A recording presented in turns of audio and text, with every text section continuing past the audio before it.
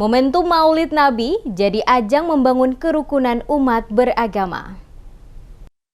Pemerintah Kota Ambon bersama Kementerian Agama Kota Ambon menggelar Maulid Nabi Muhammad dihadiri puluhan ASN berlangsung di Gedung Asyari Senin 24 Oktober. Penjabat Wali Kota Ambon Bodwin Watimena mengatakan peringatan Maulid Nabi Muhammad sebagai momentum membangun dan menguatkan tatanan kerukunan umat beragama. Watimena mengajak umat meneladani sifat dan perilaku serta contoh yang ditunjukkan oleh Nabi Muhammad, yaitu dengan menjaga tindakan, jujur dalam perkataan, serta menyayangi antara satu dengan yang lain tanpa pembedakan suku, ras maupun kepercayaan yang dianut umat agama lain. Menurutnya sikap Nabi harus diimplementasikan dalam hidup keseharian sehingga tercipta kerukunan dan keharmonisan umat.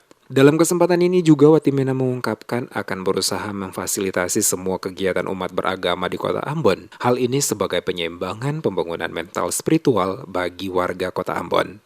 Pemerintah kota hari ini berusaha untuk memfasilitasi semua kegiatan umat beragama. Untuk apa? Minimal kita bisa membangun kerukunan antar umat beragama dan di internal umat beragama sendiri.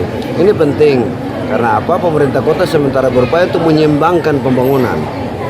Bukan cuma pembangunan fisik, tetapi pembangunan mental spiritualitas warga Kota Ambon. Itu yang paling penting supaya apa? Jangan kita cuma berpikir dunia saja. Berpikir untuk membangun gedung-gedung mewah, tidak. Yang paling penting membangun mental spiritual umat supaya apa? Supaya bersama-sama kita menjaga kota ini. Orang mau memberi untuk kota ini mesti orang yang beriman dan bertakwa. Kalau tidak percuma, dia hanya memikirkan dirinya sendiri, mencari keuntungan di kota ini.